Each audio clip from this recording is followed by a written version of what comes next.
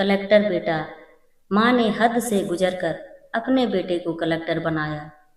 फिर एक ऐसी घटना घटी कि बहू बेटे को जब सच्चाई का पता चला तो विमल बहुत परेशान था। उसे समझ में नहीं आ रहा था कि वो इस परिस्थिति से कैसे निपटे।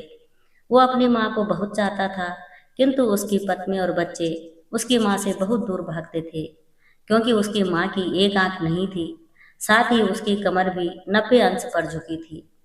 वैसे वह अपना काम सब खुद कर लेती है, किंतु फिर भी वह उसकी पत्नी और बच्चों के लिए हमेशा खटकती है। दादी, आप ऊपर के कमरे में जाओ, मेरे दोस्त आ रहे हैं, विमल के बेटे अखिल ने बड़े बेरुखी से कहा। पर बेटा, मैं तो यहाँ बहुत दूर बैठी हूँ, विमल की माँ ने बहुत प्यार से कहा। नहीं, आप उनके सामने मत रहो, वो मुझे चिढ़ाते हैं, अखिल ने जोर से डांटते हुए कहा। क्या हुआ अखिल, क्यों चिल्ला रहे हो? विमल की पत्नी कामनी ने किचन से ही आवाज लगाई। देखो ना माँ, ये दादी यहीं ड्राइंग रूम में बैठी है और मेरे दोस्त आ रहे हैं, अखिल ने शिकायत भरे लहजे में कहा। माँ जी, आप ऊपर चले जाओ, क्यों हम लोगों को लजवाते हो? कामनी ने बेटे का पक्ष लेते हुए कहा। बेचारे सरस्वती चुपचाप उठकर जीने के सहारे ऊपर जाने लगी। कमर झुकी होने के कारण उन्हें ऊपर चढ़ने में बहुत परेशानी हो रही थी, किंतु वो पूरी ताकत से ऊपर के एक अकेले कोने वाले कमरे में जाकर बैठ गई। विमल बाजू के कमरे से सब सुन रहा था। उसे कष्ट हो रहा था कि उसकी माँ को अपमानित होना पड़ रहा है, किंतु वो असहाय था। अगर वो कुछ कहता है तो पत्नी और बच्चे उसका विरोध करने लगते हैं। दूसरे उनसे तर्क भी सही लगते हैं। चूंकि वो एक प्रशासनिक अधिकारी था, उसका सामाजिक स्तर बहुत ऊंचा था। उसकी ससुराल भी एक उच्च घराने में थी, अतः वह चुपचाप इस तरह हर दिन अपनी माँ को अपमानित होते देखता रहता था। रात को विमल की पत्नी ने कहा, देखो जी, अब कुछ करो। कल कलेक्टर साहब की पत्नी आई थी। माँ जी अपनी देसी धुन धारा में उनसे मिली। मुझे बहुत शर्म आ रही थी, बताते हुए कि ये मेरी सास है। मैंने कह दिया कि दूर की रिश्तेदार है, इलाज कराने आई है। विमल को रोना आ गया, किंतु फिर भी वह चुप रहा। उसे समझ में नहीं आ रहा था कि वो क्या करे। अपने बेटे की मन स्थिति को सरस्वती अच्छी तरह से जानती थी और बेटे को कोई कष्ट न हो, इसलिए वो हर बात को चुपचाप सह लेती थी। विमल बहुत उदास रहने लगा। एक तरफ परिवार और सामाजिक स्तर पर जीने की प्रतिबद्धता थी, तो दूसरी ओर माँ। आखिर माँ से अपने बेटे की यह हालत नहीं देखी गई। एक दिन उसने अपने बेटे से कहा, विमल, बहुत दिन हो गए हैं, मैं अपने गांव जाना चाहती हूँ, मुझे वहां पहुंचा दो। मेरा यहाँ मन नहीं लगता। किंतु माँ, वहां तो कोई नहीं है, तुम्हारी देखभाल कौन करेगा? विमल ने आश्चर्य से पूछा। अरे सब गांव वाले तो हैं, और वो तुम्हारे मामा जी तो उसी गांव में रहते हैं, और फिर हम सारी व्यवस्थाएं कर आएंगे ना। कामनी को तो जैसे मन की मुराद मिल गई हो। हाँ बेटा, बहू सही कह रही है, सरस्वती ने लंबी सांस लेते हुए कहा।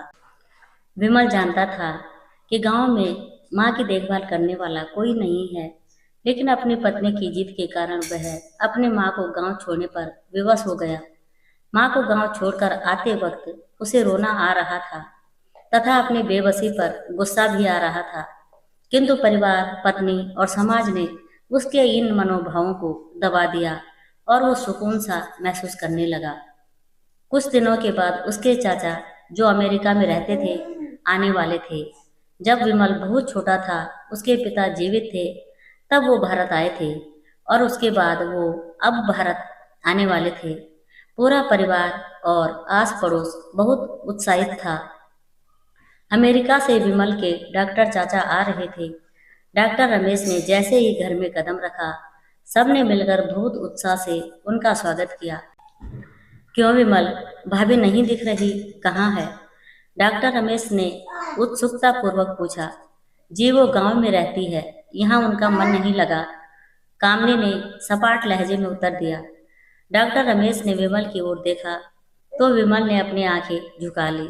डॉक्टर रमेश सब समझ गए। बोले, कल हम भाभी से मिलने गांव चलेंगे सब लोग। दूसरे दिन सभी लोग गांव के घर में पहुंचे। देखा कि सरस्वती को बहुत तेज बुखार है और वो पलंग पर असहाय पड़ी है।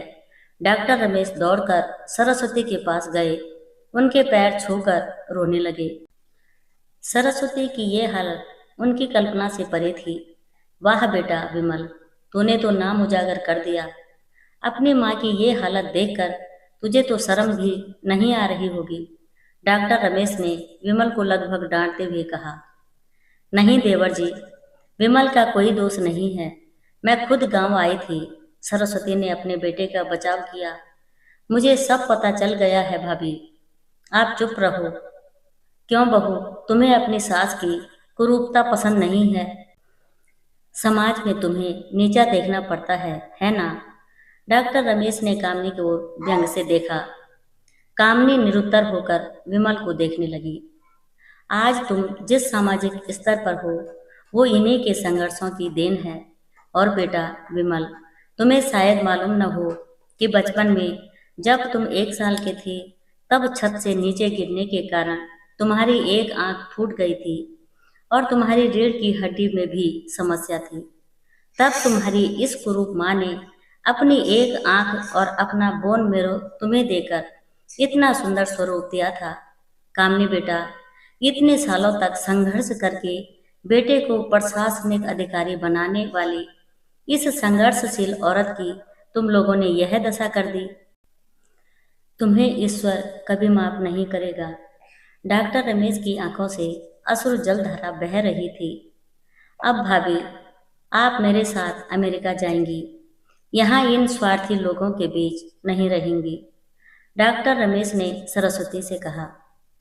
विमल को तो काटो तो खून नहीं था।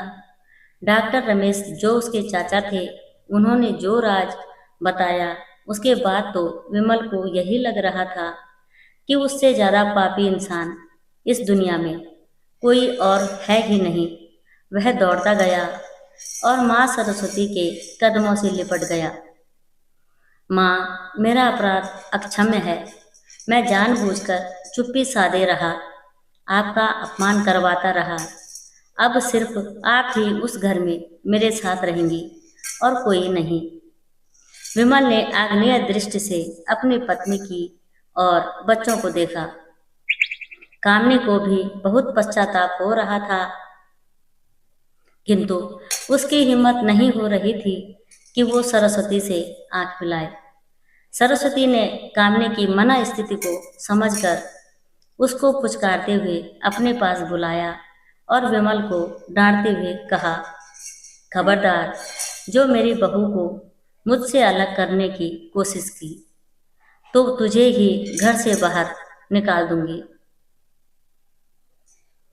कामनी और बच्चों ने सरस्वती के पैर पड़ते हुए अपने व्यवहार पर माफी मांगी और माँ के हृदय ने सबको माफ कर दिया। जय श्री कृष्णा।